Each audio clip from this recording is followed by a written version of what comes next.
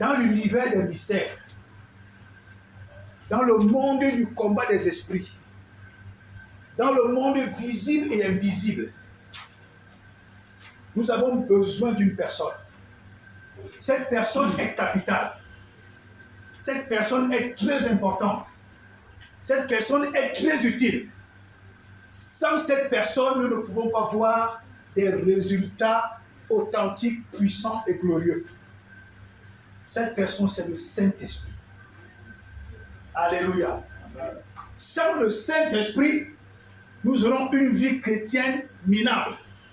Sans le Saint-Esprit, nous aurons une vie chrétienne fade. Sans le Saint-Esprit, même nos propres vies seront fades. Sans le Saint-Esprit, nous ne verrons pas la gloire authentique de Dieu dans les domaines de nos vies. Alléluia. Le Saint-Esprit est très, très, très important. Très important. Si nous mettons de côté la manifestation du Saint-Esprit, si nous ne prenons pas au sérieux la personne du Saint-Esprit et toutes ses manifestations, alors nous sommes sûrs d'une chose, nous serons des chrétiens aigris. Des chrétiens qui vont se contenter du juste. Et ils vont appeler le juste la bénédiction. Le Saint-Esprit amène quelque chose qui va étonner les gens. Le Saint-Esprit vient concrétiser des choses qui vont susciter l'étonnement dans ta vie. C'est le Saint-Esprit qui fait ce genre de choses. Aujourd'hui, beaucoup d'enfants de Dieu confondent il pleut sur le toit du méchant comme sur le toit du bon, avec la bénédiction. C'est la bénédiction de Dieu qui enrichit. Elle ne se suit d'aucun chagrin. Ça veut dire que la richesse que les satanistes ont, ce n'est pas la bénédiction de Dieu.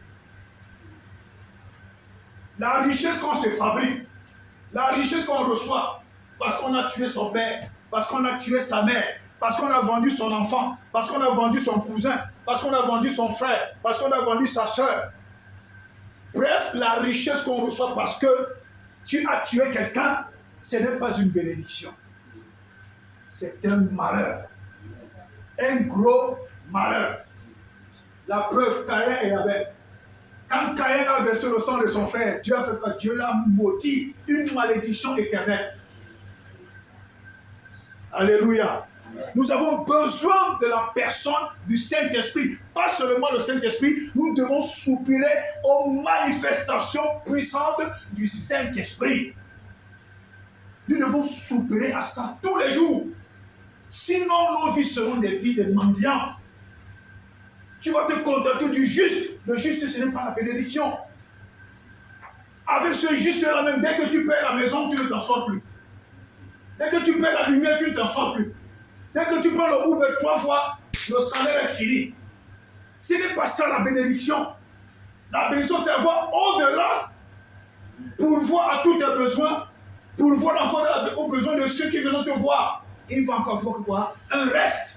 C'est ça quoi? La bénédiction.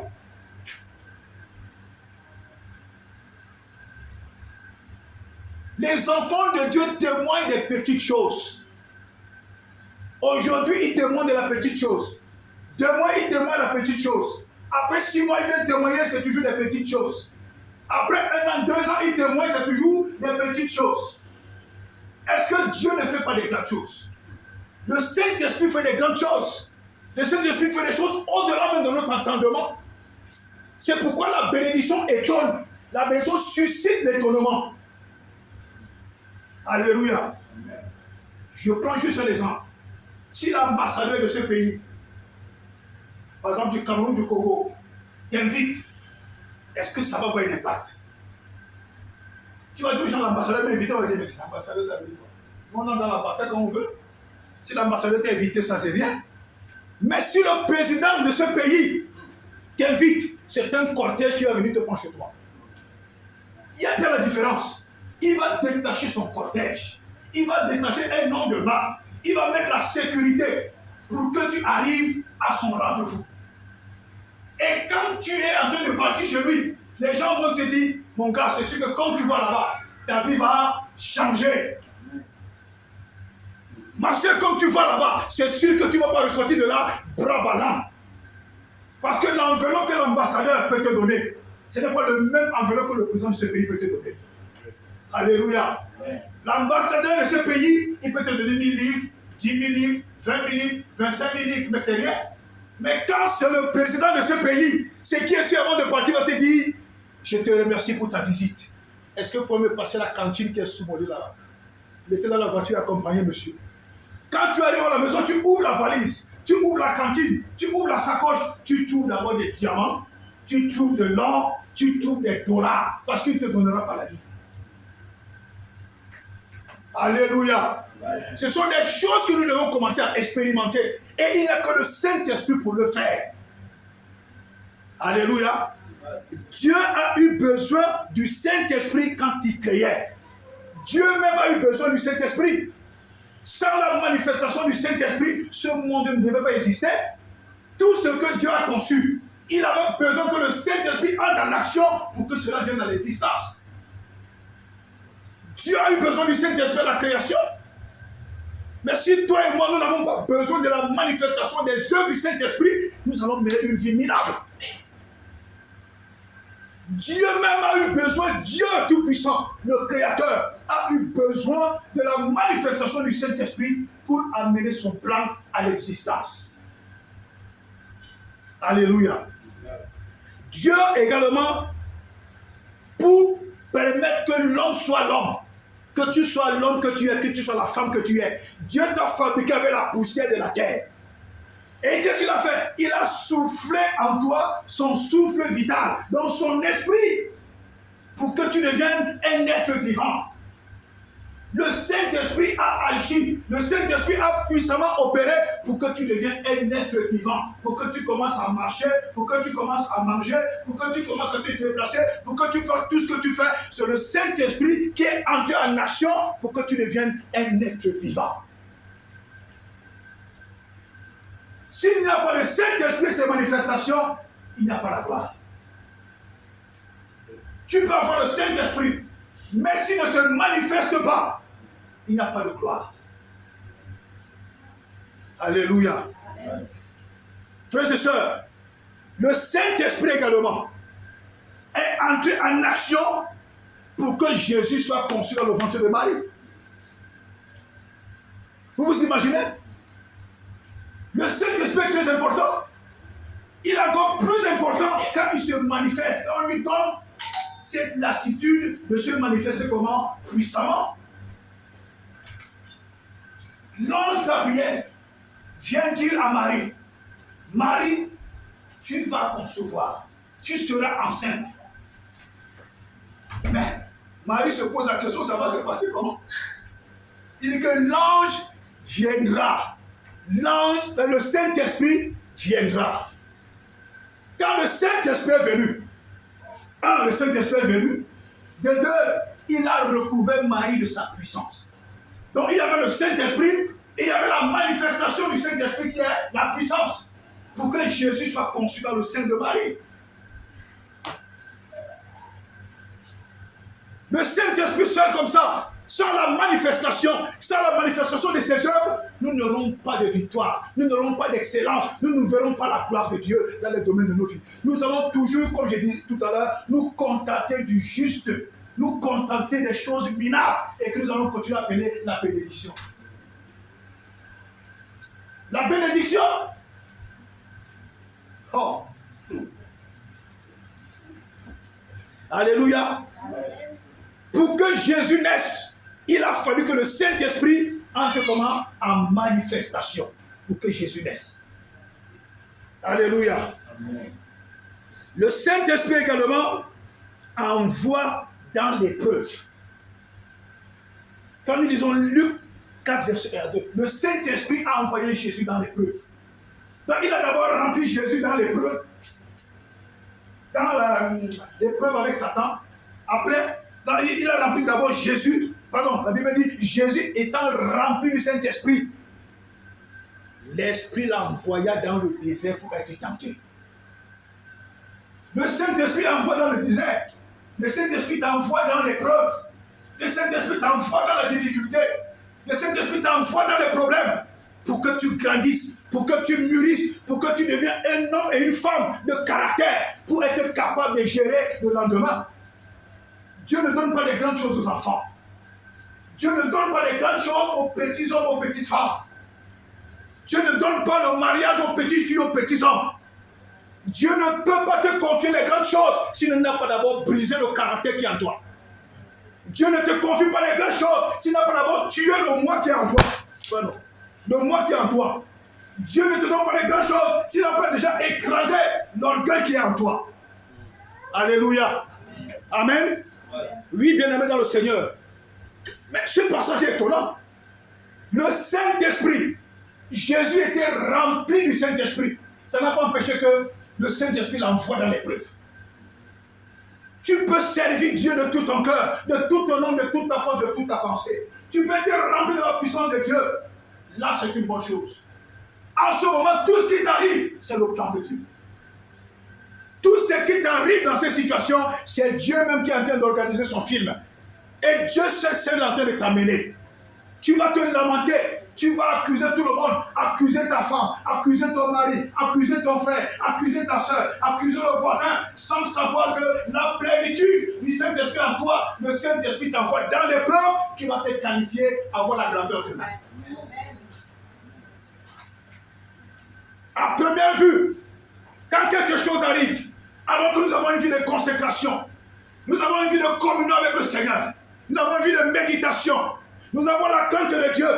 Quand quelque chose nous arrive, nous pensons d'abord, c'est le frère, c'est la soeur, c'est mon mari, c'est ma femme. On va penser que, on va dire que mais je m'en fous éperdument, dites ce que vous voulez. Pour qu'un disque ne soit plus utile, il faut qu'il soit gratté. Quand un disque n'est pas gratté, tout le monde peut l'utiliser. Mais quand tu le grattes, ça veut dire que tu peux le garder pour toi seul. Deviens un disque gratté. Non, c'est mon frère, non, c'est ma soeur, non, c'est mon épouse, non, c'est ma femme. Vous commencez à vous accuser mutuellement sans savoir que c'est le Saint-Esprit qui t'a envoyé dans l'épreuve pour te qualifier. Comme tu n'as pas compris que c'est le message du Saint-Esprit, toi-même tu t'es disqualifié à la grandeur. Ce n'est pas Dieu qui est le problème, hein? Parce que tu as mal interprété l'épreuve, parce que tu as mal compris l'épreuve, parce que tu n'as pas compris que c'est le Saint-Esprit qui t'envoie dans l'épreuve pour te qualifier à la gloire. Toi-même, tu te disqualifies. Tu te disqualifies. Tu commences à accuser tout le monde, tu accuses le ciel et la terre. Or, le Saint-Esprit t'envoie où? Dans l'épreuve. Jésus était rempli du Saint-Esprit. Mais c'est le même Saint-Esprit qui l'envoyait dans l'épreuve, dans le désert pour rencontrer qui? Satan. C'était pourquoi? C'était pour que Satan comprenne que Jésus est incorruptible. Il a tout proposé à Jésus, jusqu'à la gloire. Prosterne-toi et m'adore. Je te donne la gloire et la puissance de tous les royaumes. C'est pourquoi je ne vais jamais cesser de dire à mes enfants footballeurs, la vraie gloire, c'est Jésus qui la donne. Si tu te prosternes et tu adores Satan, il va te donner ce que tu veux, mais tu seras malheureux. Mais quand tu te prosternes et adores Jésus, qui détient tout, qui possède tout, il va te donner la véritable gloire. Alléluia. Ne vous laissez pas impressionner par ces grands stars de football qui servent le diable. Ne vous laissez pas impressionner. Copiez leur qualité footballistique. Essayez d'apprendre les qualités footballistiques, mais qui ne soient pas vos modèles dans la vie. Parce que c'est des gens qui ont des vies pourries. Alléluia. Si tu sais que tu es enfant de Dieu, tu sais que tu es servant de Dieu, tu sais que le Saint-Esprit est en toi, tu sais que le Saint-Esprit peut se manifester en toi, ne te laisse pas impressionner, ne te laisse pas intimider, ne te laisse pas, ne sois pas un vulgaire fanatique. Tu es plus important que tout. Tu es l'image de Dieu sur terre.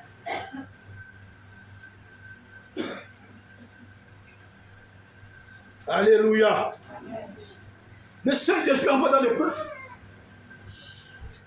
C'est ce matin que j'ai changé l'enseignement. Quand la modératrice a commencé, elle est arrivée au niveau du Saint-Esprit. J'ai dit, mais elle ne s'arrête pas. Elle a continué. J'ai dit, Seigneur, c'est la confirmation du message. Le Saint-Esprit envoie dans l'épreuve. Si tu as une vie de désordre, quand les épreuves t'arrivent, tu n'as qu'à prendre à toi-même. Mais si tu sais que tu as une vie de consécration, une vie de crainte de Dieu, une vie de méditation, une vie de prière, sache que ce qui t'arrive, c'est le Saint-Esprit qui t'envoie dans l'épreuve. Arrête d'accuser ton frère, arrête d'accuser ta soeur, arrête d'accuser ton époux, arrête d'accuser ton épouse. Accepte l'épreuve et Dieu Saint-Esprit, moi je vais dans l'épreuve dans laquelle tu m'as envoyé, donne-moi la force de tenir dans l'épreuve. Alléluia. Et le Saint-Esprit convainc, il convainc du péché. Combien d'enfants de Dieu aujourd'hui, combien de chrétiennes aujourd'hui, combien de pasteurs aujourd'hui, combien de femmes pasteurs aujourd'hui, combien de pasteurs et d'épouses de pasteurs aujourd'hui vivent délibérément dans le péché sans même avoir une inquiétude quelconque. Je vous pose une question simple. Cette personne a le Saint-Esprit, elle n'en a pas. Répondez-moi. Si le Saint-Esprit convainc du péché, et que quelqu'un se dit chrétien, il vit délibérément dans le péché, sans avoir une conscience qui le juge, est-ce que cet enfant de Dieu, ou cette femme de Dieu, ou ce pasteur, il a le Saint-Esprit, il n'en a pas? Si le Saint-Esprit convainc, et que tu vis délibérément dans le péché sans que tu sois convaincu que tu es dans le péché, c'est que tu n'as pas le Saint-Esprit. La réponse est simple. Beaucoup de rassemblements chrétiens, beaucoup de rassemblements d'enfants de Dieu, aujourd'hui, parce que les gens ont mal compris l'enseignement sur la grâce. Des chrétiens, des pasteurs, des épouses de pasteurs, des femmes pasteurs, vivent délibérément dans un péché que Satan même ne peut pas vivre dedans. Mais ils n'ont aucune inquiétude. Ils n'ont aucun remords. Qui va dire, tu es dans le péché. Tu as le Saint-Esprit qui convainc du péché. Mais tu commets le péché, tu n'as pas de remords. C'est que tu as un problème. Tu devrais au moins avoir le remords. Tu as repenti à Dieu Saint-Esprit. Aide-moi pour que cela ne m'arrive plus. Aide-moi, s'il te plaît. Il convainc du péché le Saint-Esprit. J'ai suivi une prédication ce matin quand je me suis levé et l'explication de cette dame m'a touché. La Bible dit que nous sommes le temple du Saint-Esprit. La Bible dit que nous sommes l'épouse du Saint-Esprit. Mais comment tu vas prendre le temple du Saint-Esprit? Tu l'amènes délibérément dans le péché. Comment tu vas prendre le temple de Dieu? Tu l'amènes délibérément dans la souillure. Comment tu vas prendre le temple de Dieu? Tu l'amènes délibérément dans la pourriture. Et tous les jours, tu dis à Dieu, bénis-moi, je vais avoir la grandeur. Mais le Saint-Esprit n'est pas en toi. Il faut que tu aies le Saint-Esprit. Il faut qu'il ait le temps de bien se mouvoir en toi. Et il faut que la puissance ajoute au Saint-Esprit pour que les grandes choses commencent à s'accomplir dans ta vie.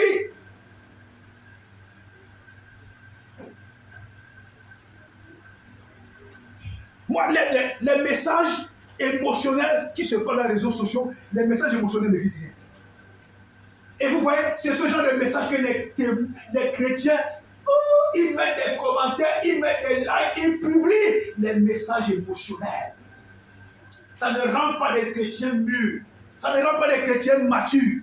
Ça permet aux chrétiens de rester des enfants et de continuer à soulager leur conscience petite, alors que Dieu les appelle à la grandeur. Il faut éviter tout ce qui vous amène à la médiocrité. Il faut éviter tout ce qui veut vous imposer la médiocrité. Il faut éviter tout ce qui veut vous empêcher d'accéder à la grandeur. Parce que sans la manifestation du Saint-Esprit, sans la manifestation de la puissance du Saint-Esprit, nous n'aurons pas de grandes choses dans nos vies. Alléluia. Amen. Alléluia. Amen. Oui, bien-aimé dans le Seigneur. Va dans les réunions chrétiennes. En commençant par le pasteur, épouse de pasteur, chorale, ancien, diacre, le peuple. Il y a ceux qui ont la crainte de Dieu. Il y a ceux qui servent Dieu en vrai. Mais il y en a ceux-là, il y en a également à l'intérieur, ceux qui s'en fichent carrément de Dieu. Ils mènent leur vie comme ça. Ils trouvent un fou, ils couchent avec lui. Ils trouvent une folle, couchent avec elle. Font des choses que même des choses que même Satan ne peut pas faire. Mais quand tu nous trouves dans la présence de Dieu, nous avons déjà levé les mains en train d'adorer Dieu plus que les anges. Ce n'est pas ça qui est important. Un homme de Dieu a dit, la façon dont tu traites le don, considère la façon dont, détermine la façon dont tu traites le donneur du don. La façon dont tu traites le don, détermine la façon dont tu traites le donneur du don. Tu as le Saint-Esprit en toi. Tu as le temple du Saint-Esprit. Mais tu prends le temple du Saint-Esprit. Tu prends le temple de Dieu. Tu prends la demeure de Dieu pour l'amener dans les saletés. Tu couches avec n'importe qui. Tu couches avec n'importe quel homme, n'importe quelle femme. Tu dors au premier carrefour. Le premier lit que tu trouves. Même s'il y a des puces, tu dors dessus. Et tu dis que tu as le temple du Saint-Esprit. Toi-même fais le choix. Voici le Saint-Esprit, voici Satan. Deux miroirs. Le miroir qui te convient, tu appartiens à celui-là. Même si ta bouche dit que tu es chrétien, ton comportement, tes agissements, tes caractères prouvent à qui tu appartiens. La bouche, tout peut sortir de la bouche. Mais ce qui est dans ton cœur détermine qui tu es. Devant les hommes, tu peux dire je suis chrétien, je suis chrétienne. Devant les hommes, on peut te considérer comme le bon pasteur. On peut te considérer comme la femme du pasteur la plus gentille. Mais c'est ce qui est enfoui dans ton cœur qui détermine qui tu es. Soit tu appartiens à Jésus, soit tu appartiens à Satan. C'est l'état de ton cœur qui détermine ta position. Alléluia. C'est pourquoi aujourd'hui vous allez constater que dans nos églises aujourd'hui, dans presque toutes les églises aujourd'hui, vous allez trouver des chrétiens avec 4 pieds. Ils ont 4 pieds, ils ont 8 bras, ils ont 6 yeux, ils ont 3 bouches. Oh, ils sont des monstres. Parce que ce que leur bouche déclare, ce n'est pas ce qu'ils vivent.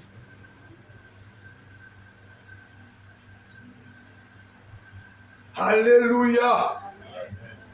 Sans le Saint-Esprit et ses manifestations et sa puissance, frère, tant que les œuvres de la chair ont la domination sur nous, nous n'aurons jamais l'excellence. Nous ne verrons jamais la gloire authentique de Dieu. Nous allons nous contenter du minimum et nous allons continuer à appeler ça la bénédiction.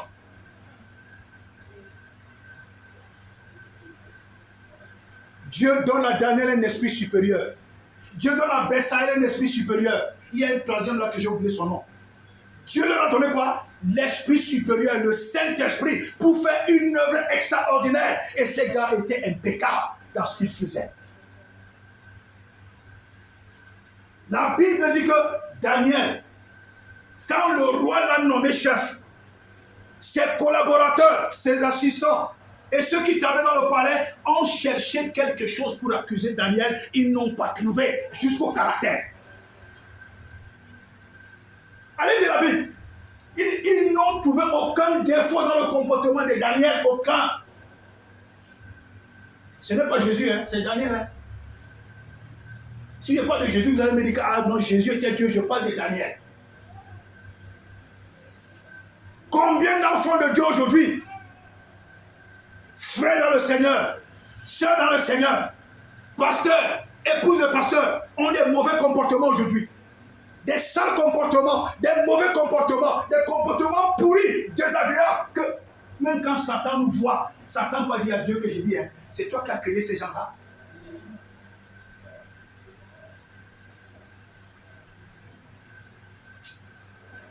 Même à l'extérieur, les gens nous accusent avec raison.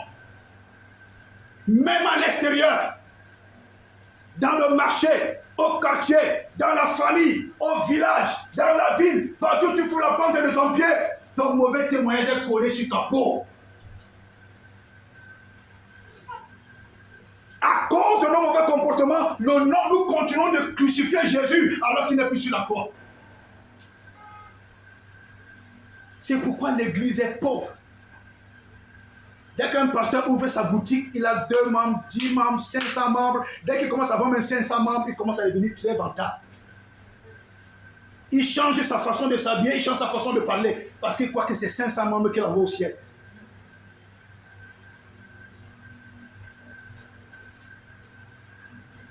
Dieu Tout-Puissant, il avait le conseil avec ses anges.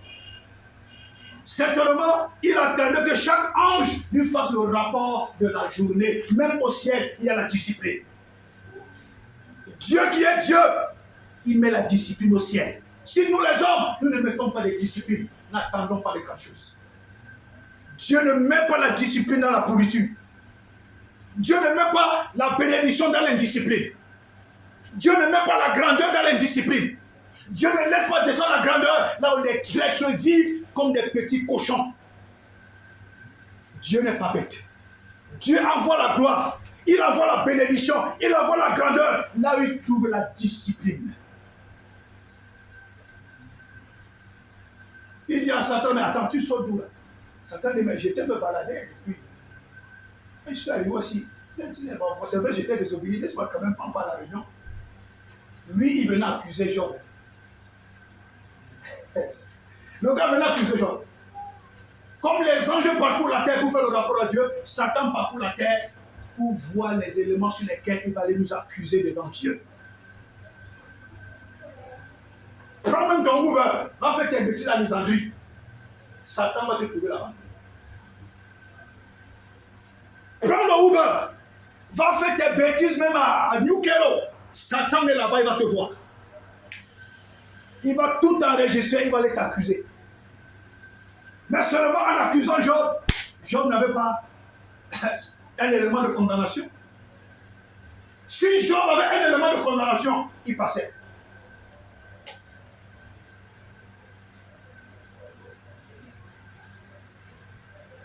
Le problème ne sera jamais Dieu. Le problème, c'est nous. Dieu a tout rendu possible. Tout est accompli.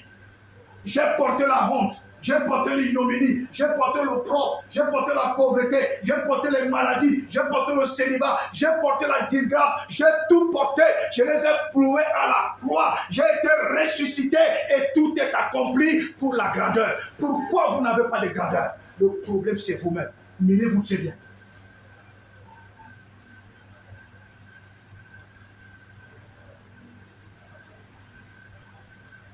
C'est un frère en Christ qui m'a dit un jour, frère Christian était encore pasteur, frère Christian, le péché est sucré.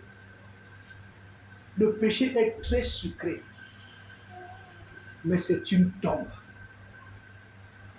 Le péché est très sucré, mais c'est une fausse sceptique. Le péché fait sentir ta vie mauvaise. Le péché donne une mauvaise odeur à ta vie. Le péché donne une mauvaise odeur dans tout ce que tu vas toucher.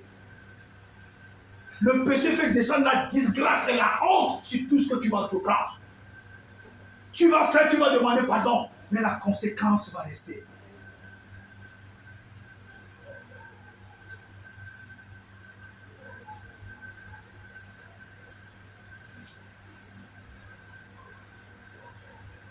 Alléluia.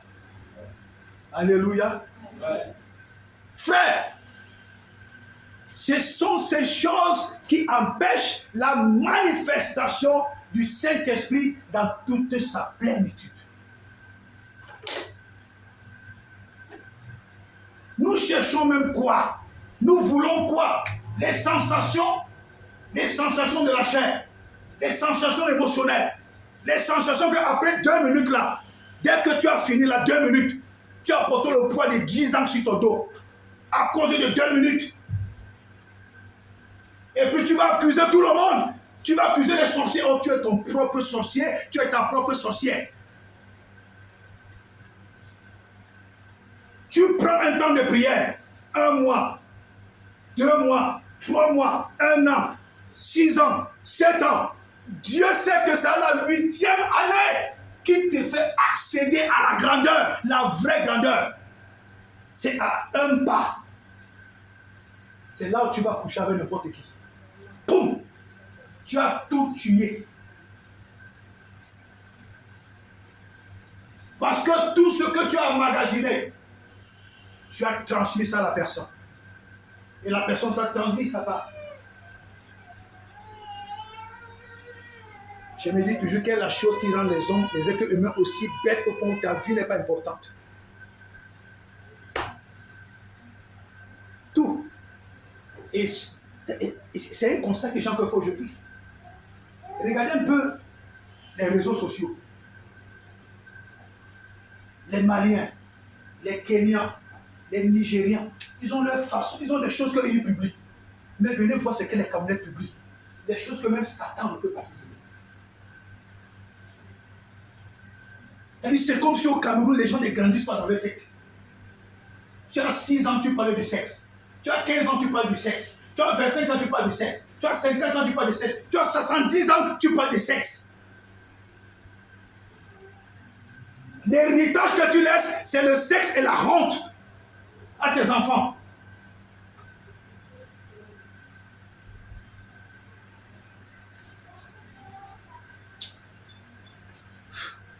Le Saint-Esprit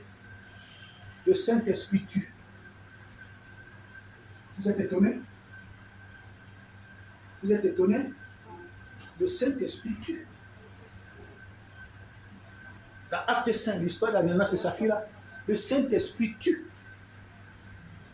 Le Saint-Esprit tue.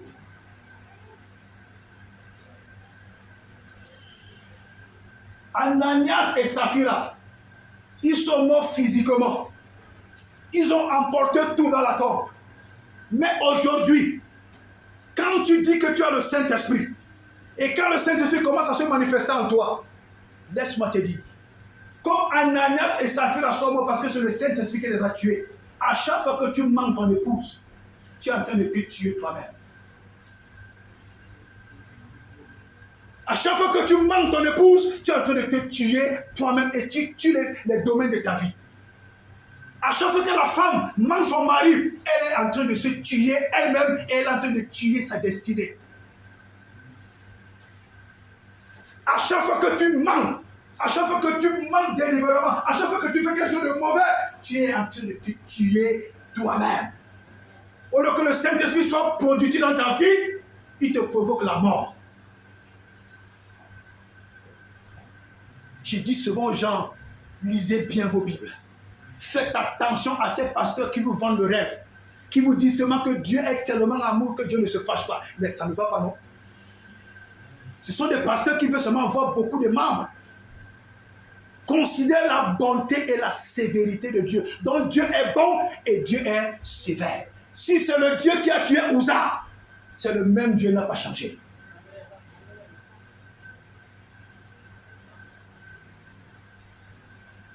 Si c'est le Dieu, dans son plan initial, il a prévu que Judas allait se pendre. Mon frère, ma soeur, fais attention à ta marche chrétienne. Aujourd'hui, tu peux porter la Bible. Demain, tu peux porter la Bible. Tu peux chanter pendant des années. Mais au sortir de ta vie, tu te bandes toi-même.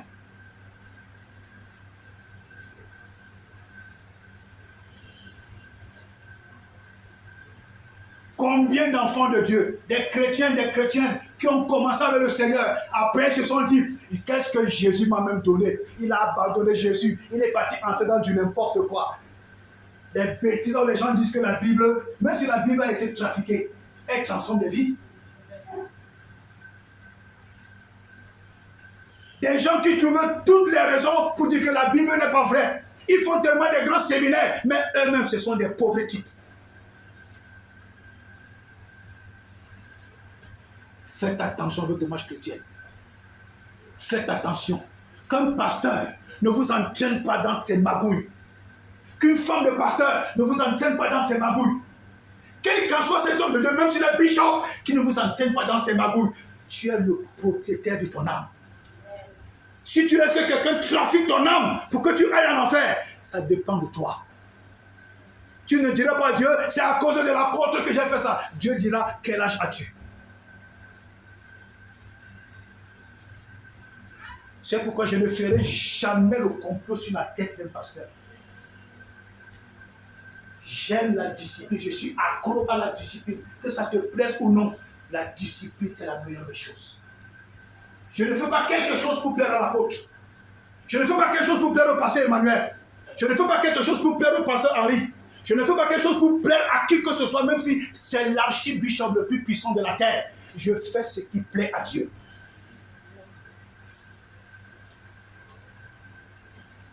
Alléluia. Faites attention à votre image chrétienne.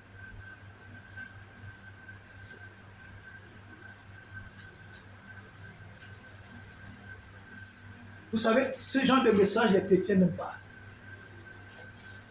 Ce genre de message disent à Dieu, mais tu déranges. Mais il oublie que c'est l'occasion pour lui de se repentir et de changer. Parce qu'il peut sortir là, il n'arrive pas chez lui. Parce que les chrétiens pensent que c'est eux qui sont les maîtres de leur vie, le maître de leur souffle. Mais tu te trompes. Tu te trompes éperdument, tu n'es pas le maître de ton souffle. Après ce culte, tu peux arriver là la première fois, tu te renverses. Or, c'était l'occasion que tu puisses te repartir. C'est ce qui occasionne la pauvreté, la misère, la stagnation de beaucoup d'églises. Parce que les œuvres de la chair sont venues étouffer le Saint-Esprit et ses manifestations. Le Saint-Esprit ne peut plus se déployer dans toute sa puissance à cause des œuvres de la chair qui asservissent, qui rendent les gens esclaves, les chrétiens esclaves, les pasteurs esclaves, les femmes de pasteurs esclaves, esclaves des œuvres de la chair.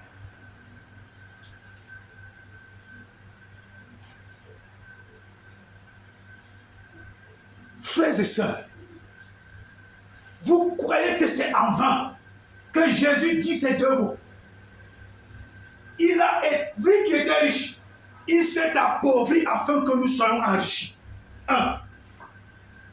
Et à la croix, il dit, tout est accompli. Tout est accompli.